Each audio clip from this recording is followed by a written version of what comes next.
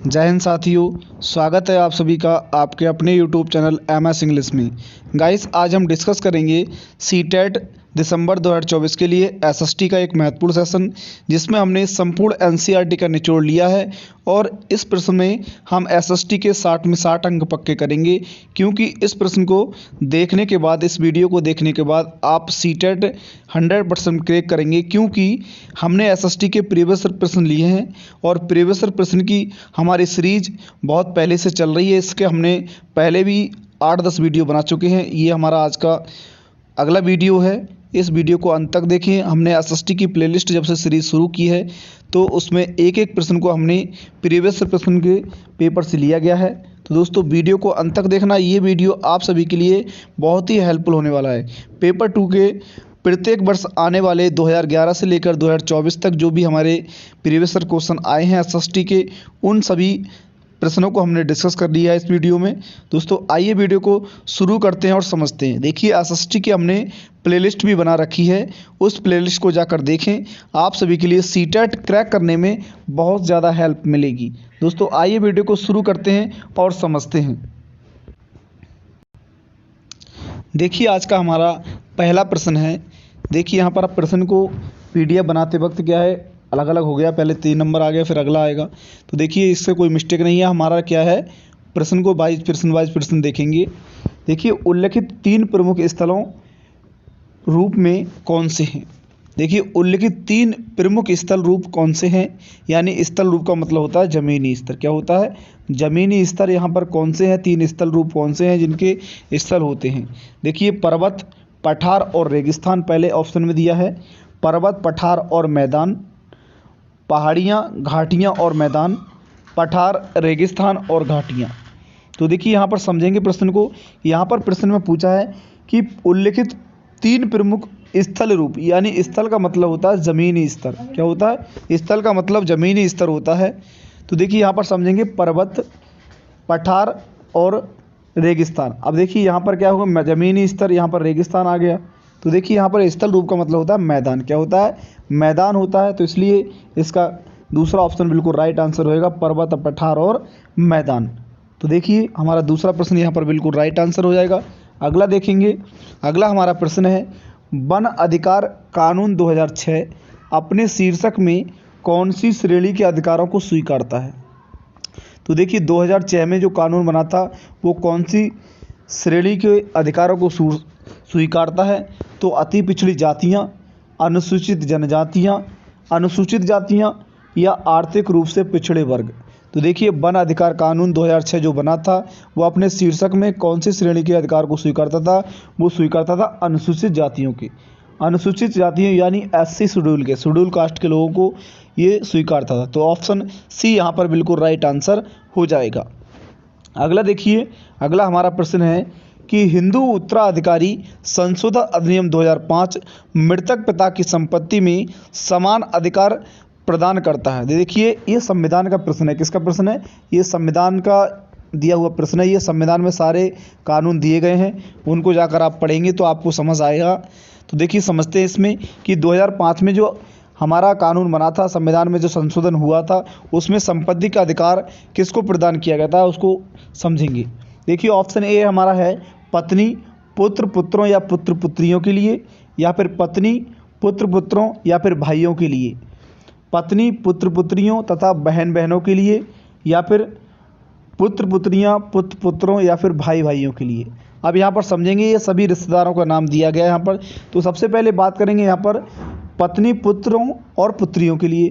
तो ये कथन हमारे लिए बिल्कुल सही लग रहा है। अब देखिए, यहाँ पर दूसरे बात करेंगे पत्नी, पुत्र और भाई भाइयों। तो देखिए, भाई को कोई संपत्ति नहीं मिलती है, किसी के भाई को कोई संपत्ति नहीं मिलती है। पत्नी, पुत्र, बहनों के लिए भी नहीं मिलती है, और यहाँ पर भी दिया भाइयों के लिए। 3 ऑप्शन हमारे कट हो गए। अब पहला ऑप्शन हमारा ए ऑप्शन बचा कि पत्नी, पुत्रों और पुत्रियों के लिए। तो देखिए, जो पिता की संपत्ति होती है, जो घर के मुखिया की संपत्ति होती है, तो उसकी पत्नी, उसके बेटे और उसकी बेटियों के लिए मिलती है। ये कानून 2005 में लागू हुआ था। मृतक व्यक्ति के, मृतक पिता के पत्नी या पुत्रों या पुत्रियों के लिए उसकी संपत्ति मिलेगी। तो ये हिंदू उत्तराधिकार अधिनियम सन 2005 में लागू हुआ था संविधान में। तो दोस्तों, ऑप्शन ए यहाँ पर बिल्कुल राइट आंसर हो जाएगा। नेक्स्ट देखेंगे, अगला हमारा प्रश्न क्या है, अगला है निम्नलिखित में से पृथ्वी पर तापमान के वितरण को प्रभावित करने वाला सबसे महत्वपूर्ण कारक कौन सा है। तो देखिए तापमान को प्रभावित करने की बात है, पृथ्वी के तापमान को, तो पृथ्वी पर तापमान कौन बनाता है, पृथ्वी पर तापमान बनाता है सूर्य। कौन बनाता है, सूर्य बनाता है, सन बनाता है। तो यहाँ पर समझेंगे ये इसका मतलब हो जाएगा सूर्यतपन। क्या हो जाएगा, सूर्यतपन। जब सूर्य तापमान देता है तो सूर्यतपन हो जाएगा। तो ऑप्शन सी यहाँ पर बिल्कुल राइट आंसर हो जाएगा। नेक्स्ट देखेंगे, अगला हमारा प्रश्न है दलित और आदिवासी लड़कियों द्वारा स्कूल छोड़ने की दर सबसे अधिक है। अब यहाँ पर देखिए प्रश्न का मतलब है कि दलित और आदिवासी जो लड़कियाँ होती हैं उनके स्कूल छोड़ने की सबसे अधिक दर क्यों है, कैसे है, किस लिए है।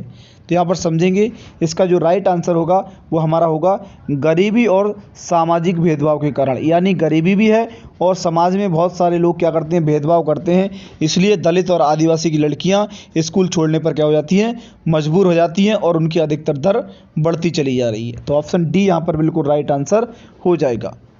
नेक्स्ट देखेंगे, अगला है अनुभवजन्य साक्ष्य क्या है। अनुभवजन्य का मतलब होता है अपने आप से किए गए अनुभव, अपने आप से जो कार्य किए जाते हैं उनको अनुभवजन्य साक्ष्य कहा जाता है।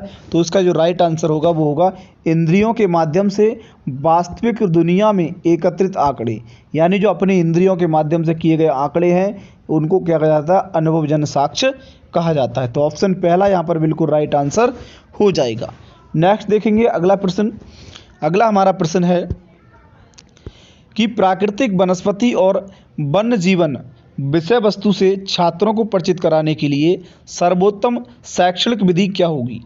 तो देखिए यहाँ पर समझेंगे विषय वस्तु पर डॉक्यूमेंट्री फिल्म दिखाना, वन्य जीवन अभ्यारण्य का भ्रमण कराना, या फिर व्याख्यान के लिए विशेषज्ञ को आमंत्रित करना, पाठ्य पुस्तक का पठन एवं चर्चा करना।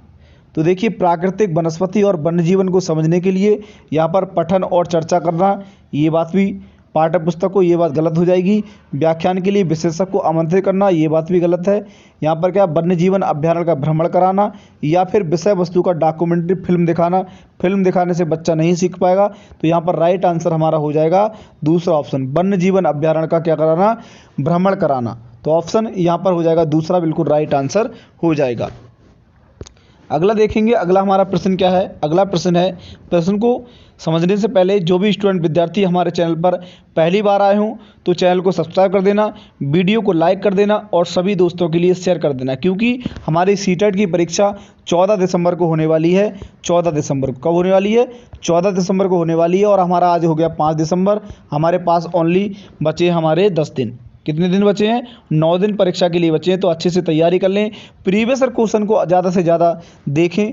प्रीवियस ईयर क्वेश्चन से आपके क्या है, ज़्यादा से ज़्यादा प्रश्न सीटेट में आते हैं। तो देखिए अगला हमारा प्रश्न है, सीखने की अक्षमता वाले शिक्षार्थी किस प्रकार की कक्षा में अन्य छात्रों के साथ सीखते हैं। तो देखिए सीखने की अक्षमता वाले विद्यार्थी का मतलब होता है यानी जो कम सीखने वाले विद्यार्थी होते हैं, जो सीख नहीं पाते हैं, वो किस प्रकार की कक्षा में सबसे ज़्यादा छात्रों के साथ सीखते हैं। तो वो सीखते हैं समावेशी कक्षा में। कौन सी में, समावेशी कक्षा में सीखते हैं, जहाँ पर अनेक भाषा वाले विद्यार्थी होते हैं। तो तीसरा ऑप्शन यहाँ पर बिल्कुल राइट आंसर हो जाएगा।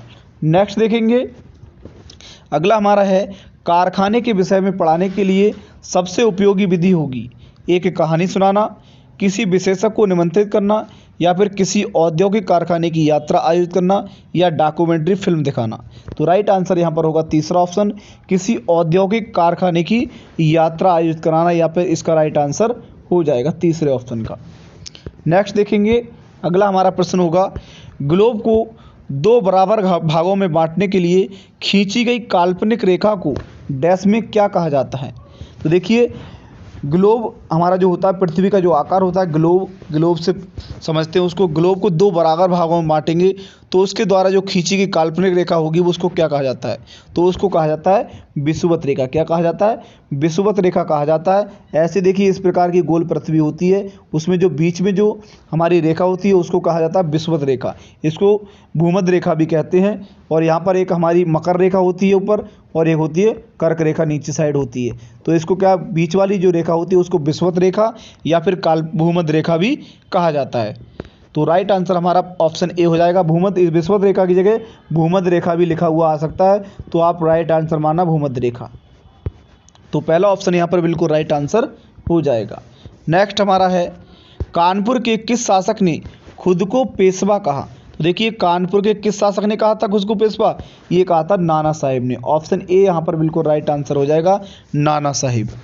अगला देखिए, अगला हमारा है निम्नलिखित में से किसने अपनी कृतियों को भी शामिल करते हुए बाबा गुरु नानक की रचनाओं को गुरुमुखी में संकलित किया। तो किसने किया था, ये किया था गुरु अंगद ने। किसने कहा था, गुरु अंगद ने। ऑप्शन 2 यहाँ पर बिल्कुल राइट आंसर हो जाएगा।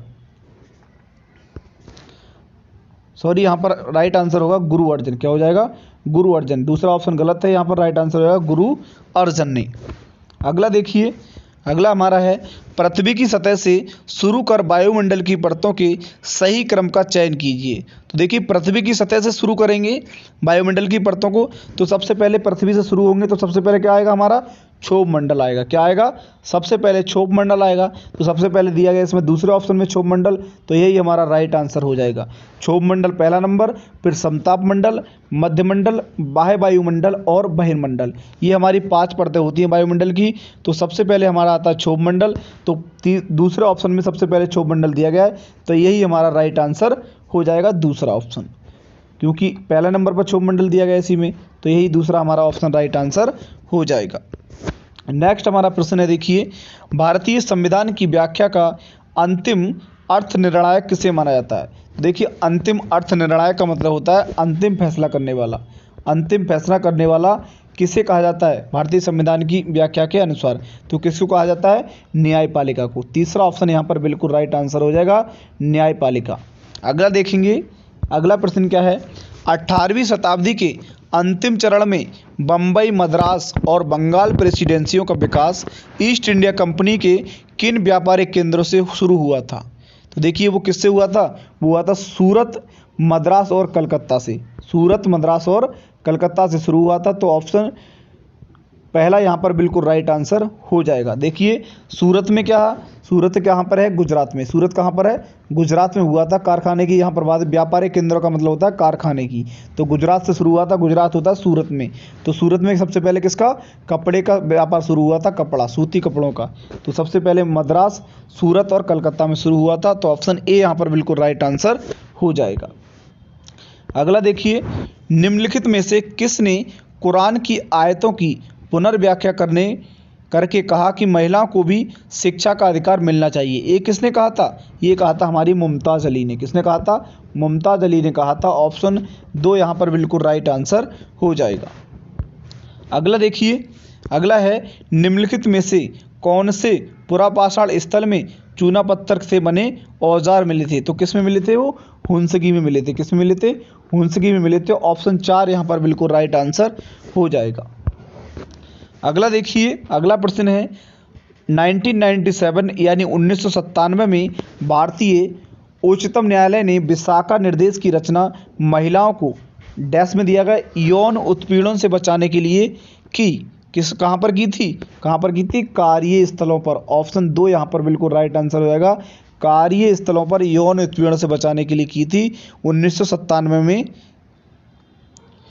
तो ऑप्शन 2 यहाँ पर बिल्कुल राइट आंसर हो जाएगा। नेक्स्ट समझेंगे, अगला हमारा प्रश्न क्या है। देखिए बहुत ही इंपॉर्टेंट प्रश्न है। ये सारे प्रश्न जो लिए गए हैं इस वीडियो में वो प्रीवियस ईयर क्वेश्चन है, पुराने पेपरों में आए हुए प्रश्न हैं।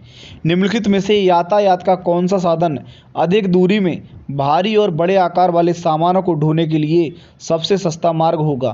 तो सबसे सस्ता मार्ग क्या होगा, होगा हमारा जलमार्ग। जलमार्ग सबसे सस्ता होता है। जलमार्ग समुद्री यात्रा से क्या है, किसी भी सामान को आसानी से ले जा सकते हैं और कम खर्चा आता है। तो ऑप्शन 1 यहाँ पर बिल्कुल राइट आंसर हो जाएगा। अगला प्रश्न है, देखिए आज का आखिरी और लास्ट प्रश्न है। निम्न जातियों की दुर्दशा पर ज्योतिराव फूले की 1873 में आई किताब समर्पित है। तो देखिए ज्योतिराव फूले ने एक किताब लिखी थी 1873 में। वो किसको समर्पित की थी, वो की थी अमेरिकी गृह युद्ध में दास प्रथा का विरोध करने वाले कार्यकर्ताओं को ये किताब सौंपी थी। और ये देखिए ज्योतिराव फूले ने एक किताब और लिखी थी, कौन सी लिखी थी, गुलामगिरी। कौन सी लिखी थी, गुलामगिरी किताब लिखी थी। ये प्रश्न भी पूछा जाता है कि कौन सी किताब ज्योतिराव फूले ने लिखी थी, तो गुलामगिरी। या फिर देते हैं कि गुलामगिरी की पुस्तक किसने लिखी, तो ज्योतिराव फूले ने लिखी थी। तो ऑप्शन तीसरा यहाँ पर बिल्कुल राइट आंसर होएगा, अमेरिकी गृह युद्ध में दास प्रथा का विरोध करने वाले कार्यकर्ताओं को ये दिया था। तो दोस्तों उम्मीद करता हूँ वीडियो आप सभी के लिए अच्छा लगा होगा और ये प्रश्न हमने प्रीवियस ईयर क्वेश्चन डिस्कस किए हैं। अगर वीडियो आप सभी के लिए अच्छा लगा हो तो वीडियो को लाइक, शेयर और सब्सक्राइब जरूर करें और साथ में बेल आइकन भी प्रेस करें, जिससे हमारे आगे आने वाले सभी वीडियोज आप सभी लोगों तक पहुँच सकें। गाइस, हम लोग अभी आने वाले 9 दिनों के लिए आप सभी के साथ बने रहेंगे और वीडियो सीटेट के लिए आपको बताएंगे कि कैसे सीटेट को अच्छे से क्रैक करना है बिना पढ़े और पढ़कर भी। दोस्तों thank you, best of luck.